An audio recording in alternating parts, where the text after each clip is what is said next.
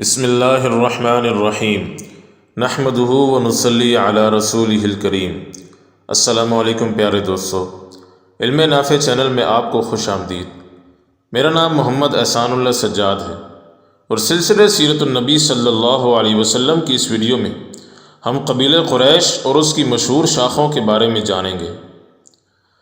دوستو، قبیلہ قریش کا شمار عدنانی قبائل میں قبیلہ مضر بن نزار کی شاخ بنو کنانہ میں ہوتا ہے، جس کی تفصیل میں اس سے پچھلی ویڈیو میں عرض کر چکا ہوں۔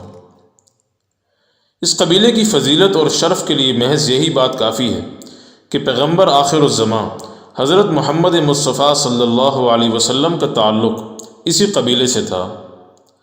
مزید یہ کہ آپ صلی اللہ علیہ وسلم کے صحابہ میں افضل ترین صحابہ یعنی خلفائے راشدین اور تمام عشرہ مبشرہ بھی اسی قبیلے سے تعلق رکھتے تھے۔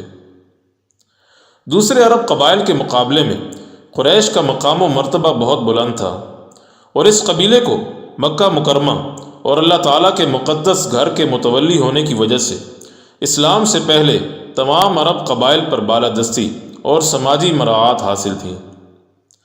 اور حضرت صلی اللہ علیہ وسلم کی ولادت والے سال بیت اللہ کی بے حرمتی کے لیے آنے والے ہاتھیوں کے لشکر کی ناکامی و نامرادی کے بعد پورے جزیرہ عرب میں قریش کی عزت و تکریم میں مزید اضافہ ہو گیا۔ قرآن پاک کی سورہ قریش اسی قبیلے کے نام پر ہے، اور اس کے علاوہ بہت سی احادیث بھی قریش کے فضائل اور مناقب کے بارے میں موجود ہیں۔ دوستو، جمہور علماء اور مورخین کے نزدیک قریش نضر بن کنانہ کی اولاد ہیں، اور یہی شخص سب سے پہلے قریش کے نام سے موسوم ہوا۔ امام شافعی رحمۃ اللہ علیہ اور امام احمد بن حنبل رحمۃ اللہ علیہ کا بھی یہی مسلک ہے، جبکہ بعض حضرات کے مطابق قریش صرف نضر کے پوتے فہر بن مالک کی نسل ہے، اور ان کے علاوہ کوئی شخص قریشی کہلانے کا حقدار نہیں۔ علامہ ابن خلدون رحمۃ اللہ علیہ نے ان دونوں اقوال کو جمع کر کے اس کی تشریح اس طرح کی ہے کہ چونکہ بنو نضر میں صرف فہر بن مالک ہی وہ شخص ہے جس سے اولاد کا سلسلہ باقی رہا، اور نضر کی اولاد اسی کی اولاد پر منحصر ہے، اس لیے فہر بن مالک ہی کی اولاد کو قریش کہا جاتا ہے۔ واللہ اعلم۔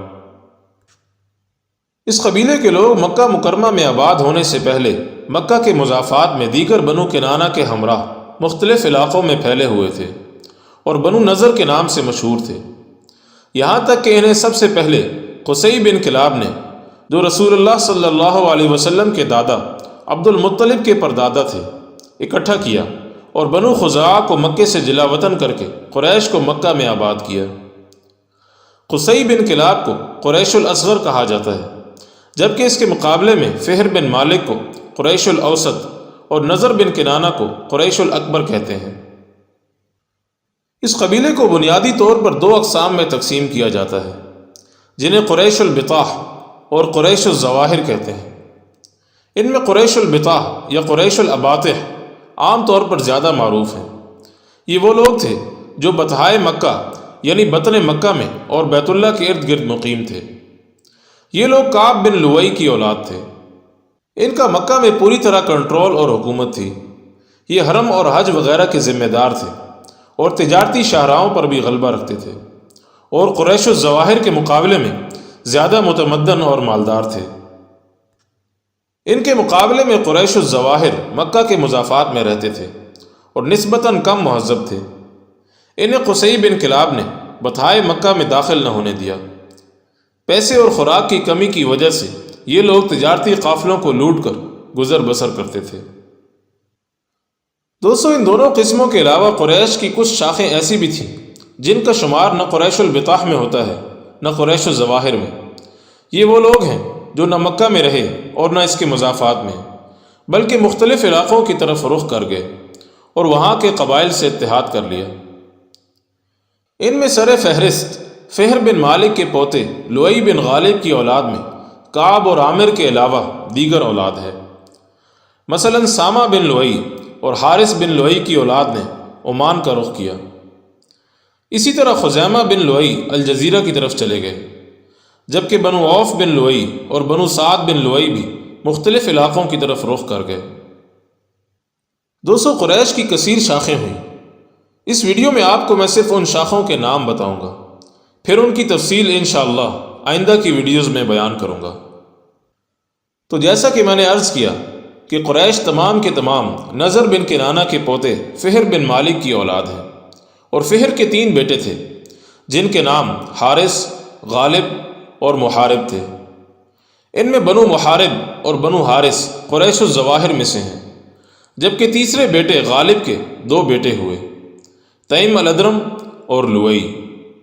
ان میں بنو تیم الادرم بھی قریش الظواہر میں سے ہیں، جبکہ لوئی بن غالب کے کئی بیٹے ہوئے، جن میں صرف عامر اور کعب کی اولادیں ہی مکہ میں رہیں، باقی سب منتشر ہو گئے۔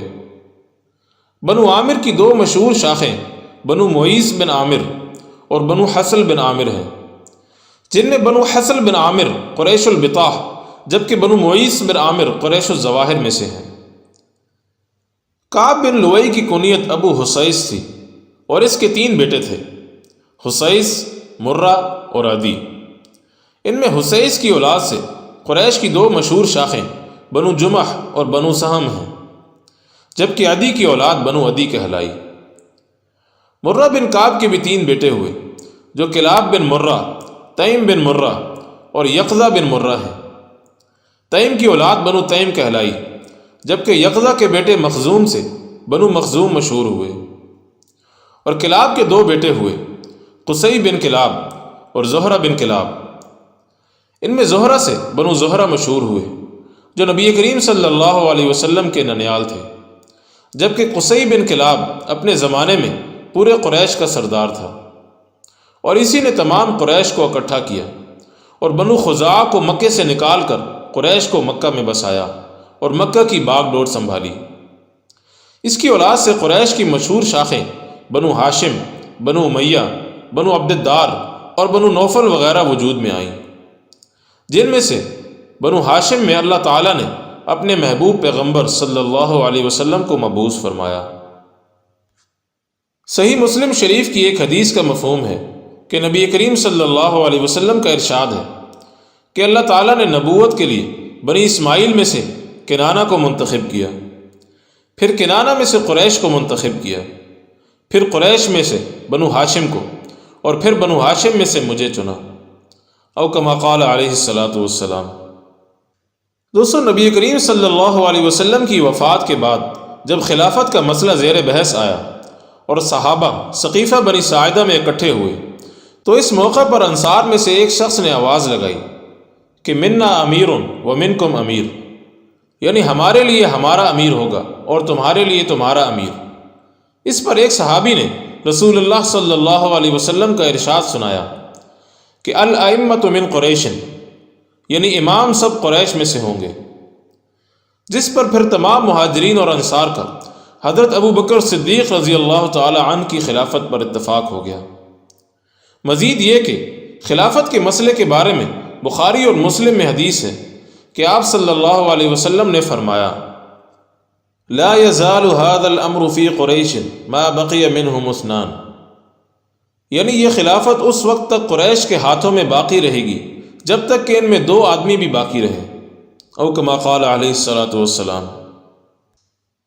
دوستو، اب مناسب ہے کہ میں مختصراً آپ کے سامنے عالم اسلام پر مختلف زمانوں اور علاقوں پر حکومت کرنے والے مشہور قریشی خلفاء اور امراء کا ذکر کر دوں۔ تو جیسا کہ میں نے پہلے عرض کیا کہ نبی کریم صلی اللہ علیہ وسلم کے بعد آنے والے تمام خلفائے راشدین کا تعلق قبیلہ قریش سے تھا، اور یہ خلافت لگ بھگ 30 سال رہی۔ خلفائے راشدین کے بعد بنو امیہ کے خلفاء ہوئے، جو تقریباً 90 سال عالم اسلام پر حکمران رہے۔ ان کا دارالحکومت دمشق تھا، اور یہ بھی قریشی تھے۔ اس کے بعد شام میں بنو امیہ کی حکومت کے ختم ہونے کے 6 سال بعد سن 138 ہجری میں اس خاندان کے ایک شخص امیر عبد الرحمن الداخل کی اندلس یعنی اسپین پر حکومت کا آغاز ہوا، جو اس کے خاندان میں تقریباً 285 سال تک جاری رہی، اور 422 ہجری میں اس کا خاتمہ ہوا۔ ان کا دارالحکومت اندلس کا شہر قرطبہ تھا۔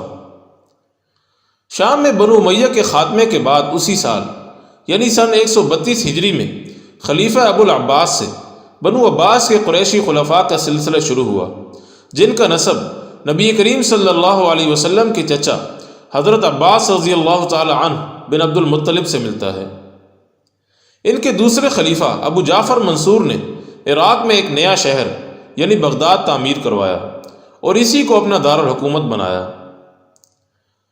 عباسیوں کی خلافت ایک طویل عرصے تک جاری رہی اور مختلف ادوار میں عروج و زوال کا شکار ہوتی رہی، اور بالآخر اس کا خاتمہ 656 ہجری بمطابق 1258 عیسوی میں سقوط بغداد سے ہوا، جب چنگیز خان کے بیٹے ہلاکو خان نے بغداد کی اینٹ سے اینٹ بجا دی۔